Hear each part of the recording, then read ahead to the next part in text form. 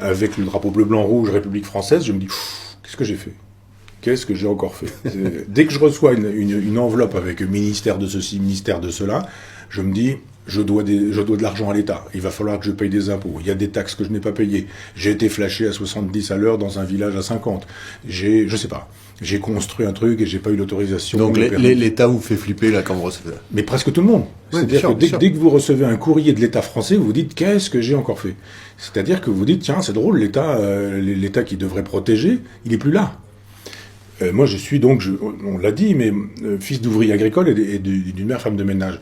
L'État, c'était à l'époque le chèque des bourses que je recevais.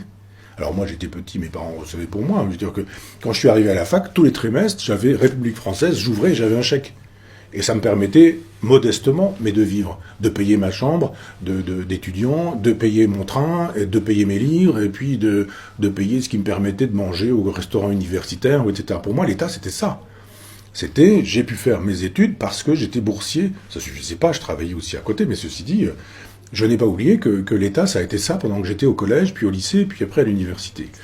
Qu'est-ce qui s'est passé pour qu'aujourd'hui, l'État, ce soit immédiatement le père Fouettard, si vous voyez arriver le drapeau bleu-blanc-rouge? Il s'est passé quelque chose d'effrayant. Ça veut dire qu'effectivement, l'État s'est effondré.